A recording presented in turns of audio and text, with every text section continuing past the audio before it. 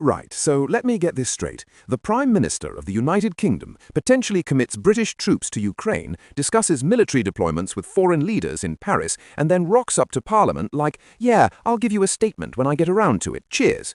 And we're supposed to just, what, wait patiently, make a cup of tea? Brilliant, absolutely brilliant.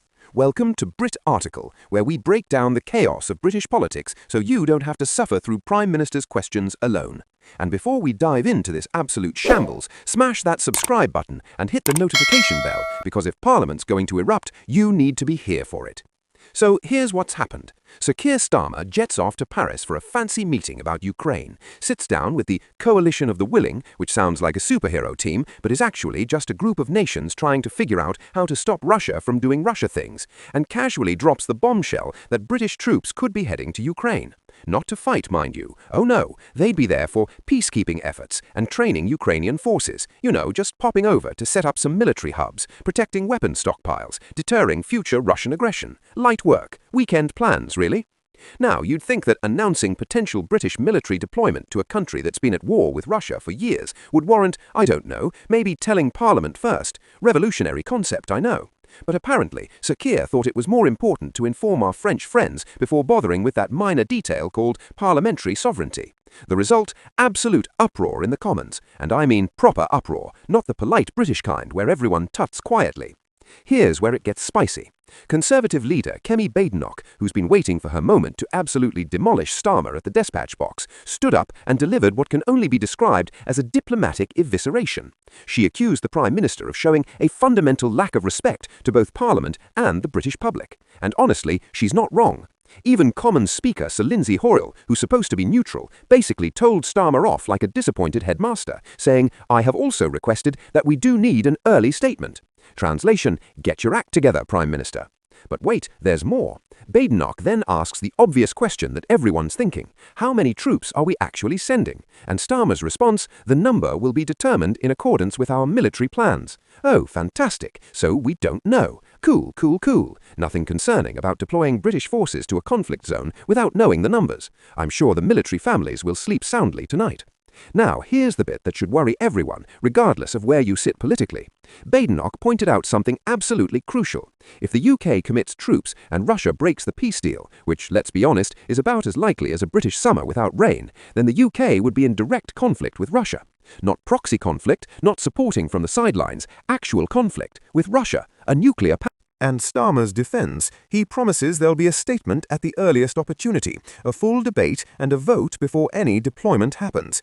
He also stressed that troops could only be sent if there's a ceasefire with Russia and that there'd need to be a legal instrument in place, which is all very reassuring except for the minor detail that he's already been discussing these plans internationally before bringing them to Parliament. It's like asking for permission after you've already started the party. But oh, it gets better.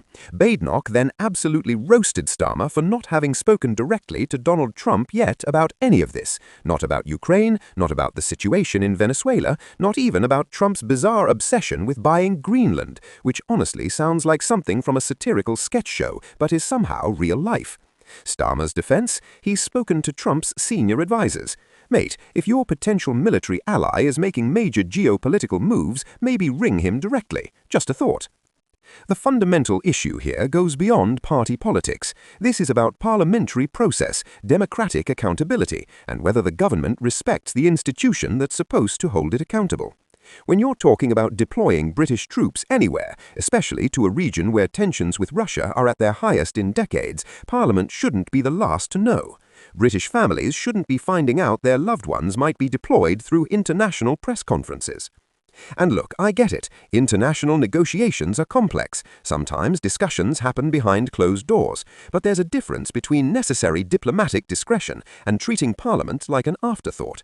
Starmer's Labour spent years in opposition demanding transparency and accountability from the Conservatives. Now they're in power, and suddenly parliamentary oversight is an inconvenience?